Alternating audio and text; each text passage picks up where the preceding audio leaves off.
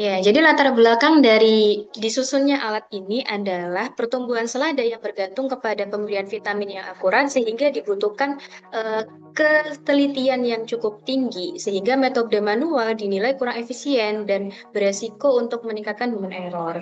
Nah, untuk manfaat yang ingin kita capai dalam pembuatan alat ini adalah meningkatkan efisiensi penggunaan vitamin serta mengurangi limbah dan mendukung pertanian presisi berbasis IoT atau Internet of Things sehingga hasil panen yang didapatkan lebih seragam dan berkualitas tinggi.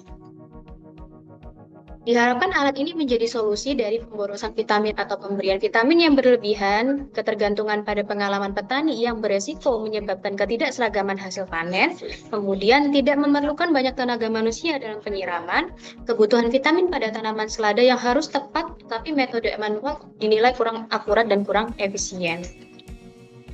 Nah, untuk batasan masalah yang ingin kita angkat dalam alat ini adalah kita menggunakan tanaman selada atau Lactocasa tiva.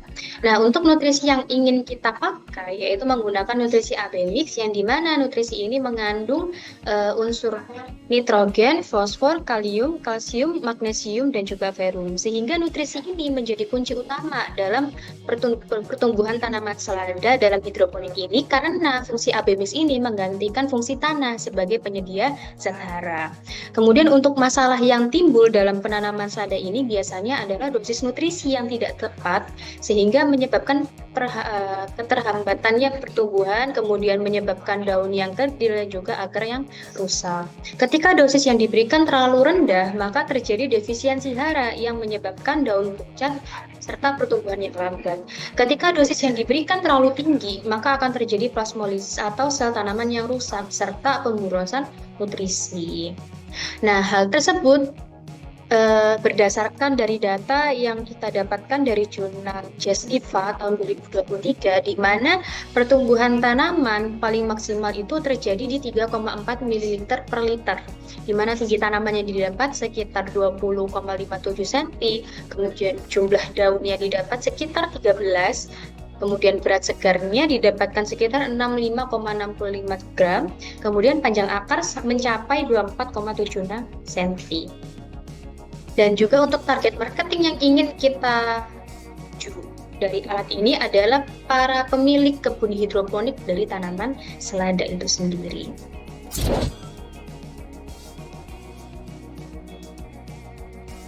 Oke, pada bagian ini saya akan menjelaskan fungsi dari setiap komponen utama dalam sistem aquabot, mulai dari microcontroller, sensor, hingga pompa dan komponen pendukung lainnya.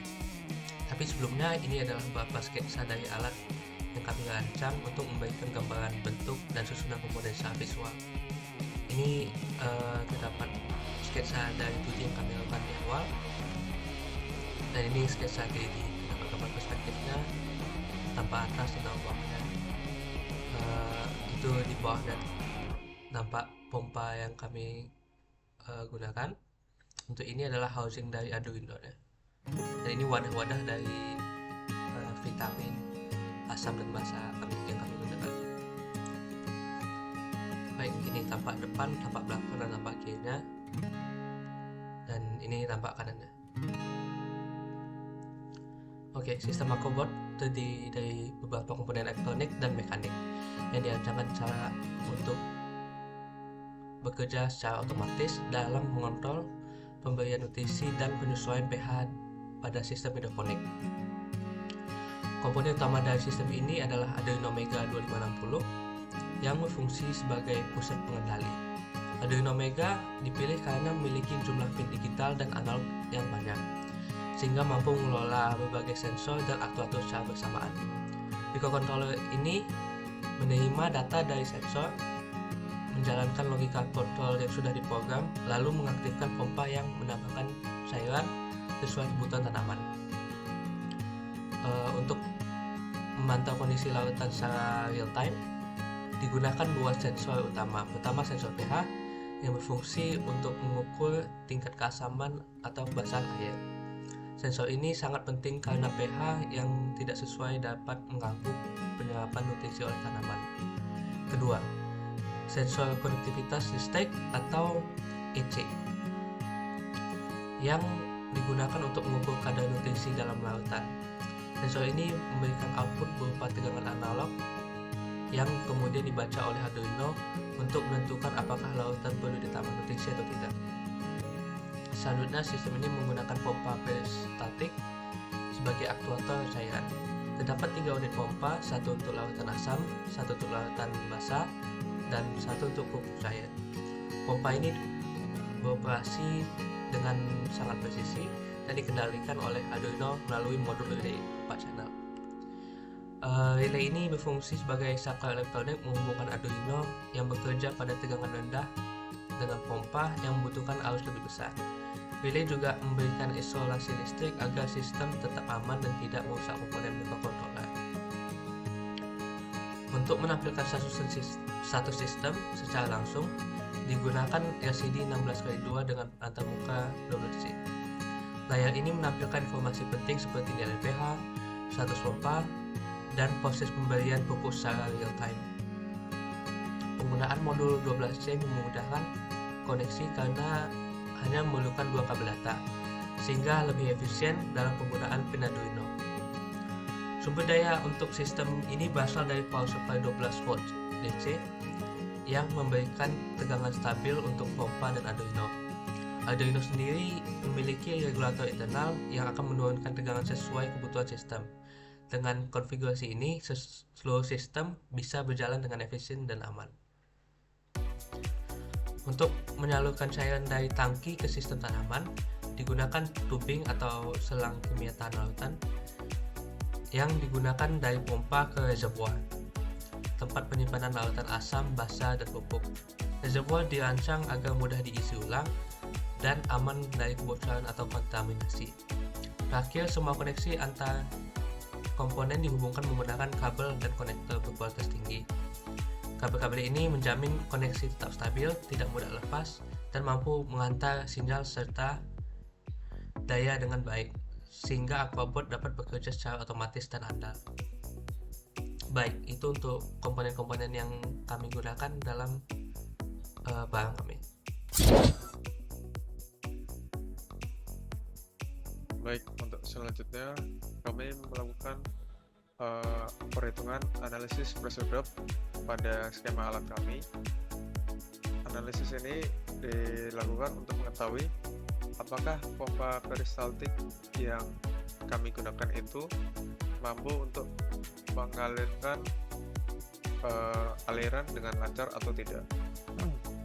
Pada perhitungan ini kami menggunakan beberapa referensi, yaitu untuk jumlah tanaman dari sistem hidroponiknya itu adalah 20 lubang atau 20 tanaman selada, di mana satu tanaman selada itu memiliki kebutuhan air sebanyak 1,5 liter. Maka dengan rasio tersebut didapat hasil bahwa untuk 20 tanaman selada dibutuhkan tangki air hidroponik itu 30 liter. Selanjutnya kami melakukan pencarian untuk dimensi dari tangki air 30 liter, dan didapat bahwa dimensi tinggi dari tangki air 30 liter itu adalah 26,5 cm. Untuk parameter yang diketahui itu adalah sebagai berikut, yaitu untuk material selang kami menggunakan silikon. Diameter luar selang itu sebesar 4 cm dan diameter dalam itu 2 cm.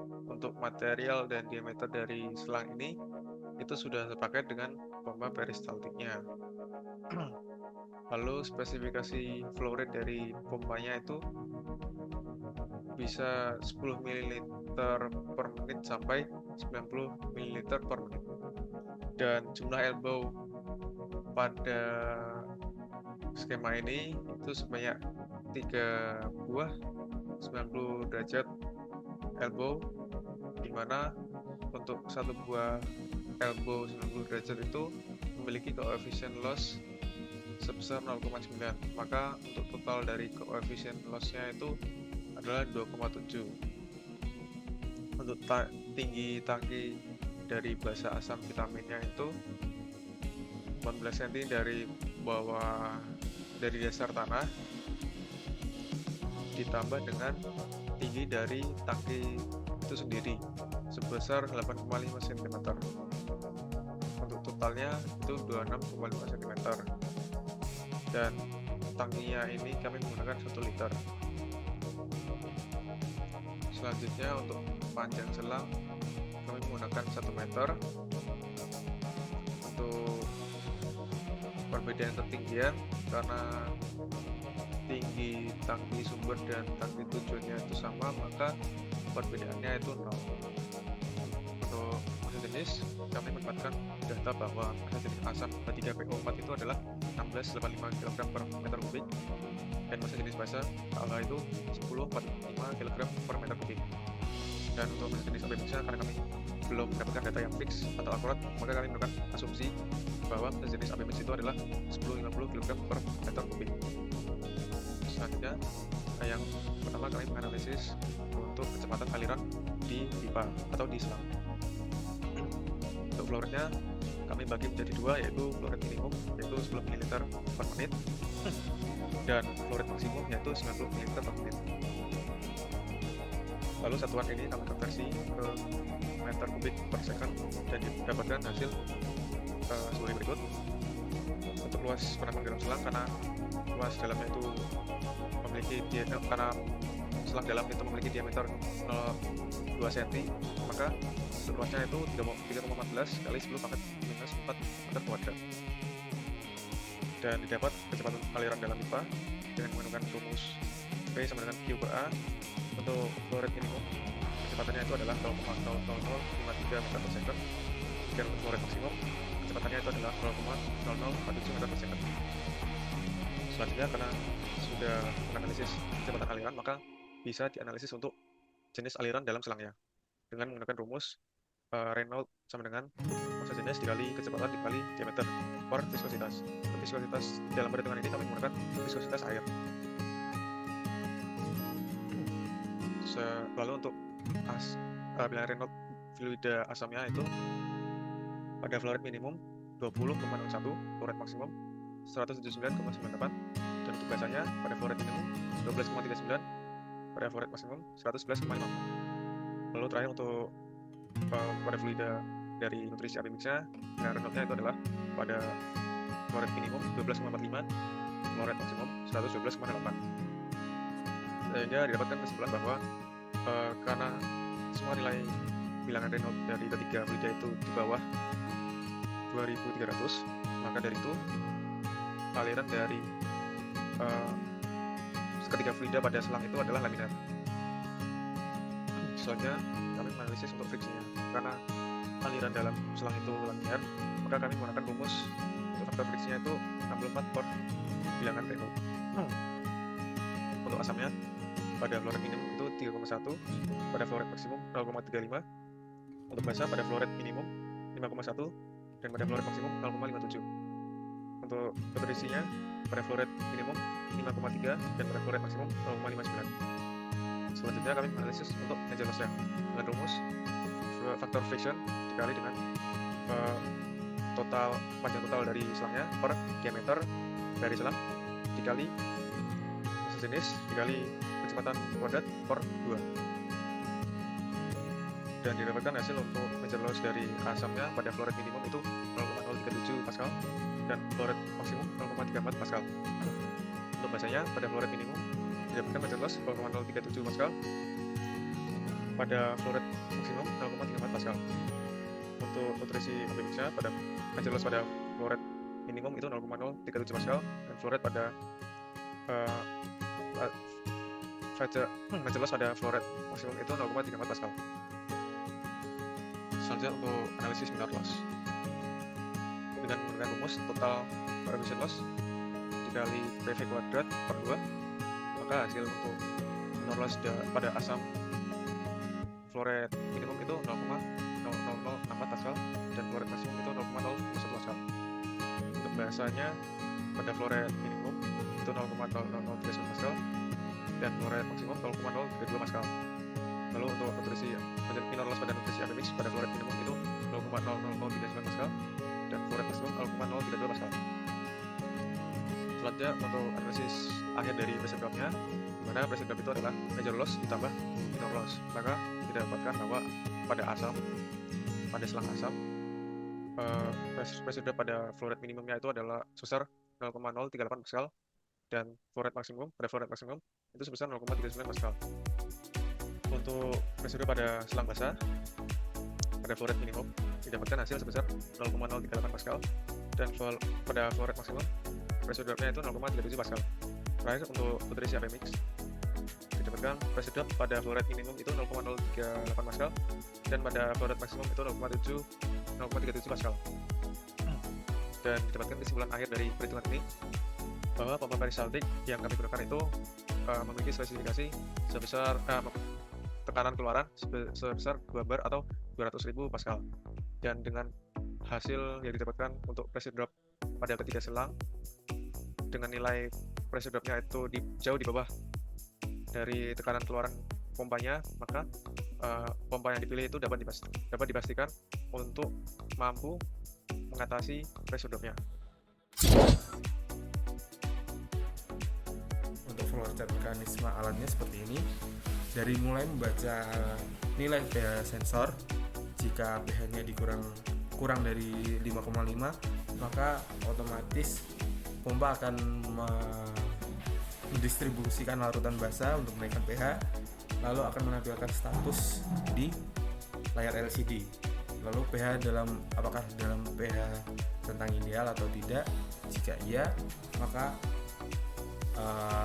ditanyakan lagi apakah waktu pemberian pupuk. Jika waktu pemberian pupuk, maka aktifkan pompa pupuk dan selesai. Dan untuk codingnya itu untuk pertama pin dan sensor pompa, terus kita masukkan juga tentang pH dengan histeresis agar pompa pH untuk menstabilkan asam dan basa tidak nyala setiap saat atau di waktu yang dibutuhkan saja. Lalu untuk pompa pupuk itu disetting berdasarkan contoh di sini 5 detik atau 3 detik dengan interval 6 jam seperti itu. Untuk status untuk LCD seperti berikut: waktu kontrol, terus untuk membaca pH, menampilkan pH,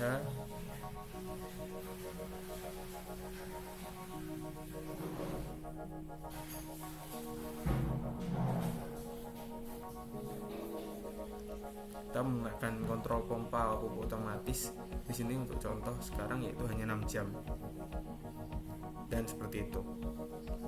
Mungkin itu dari saya. Assalamualaikum warahmatullahi wabarakatuh.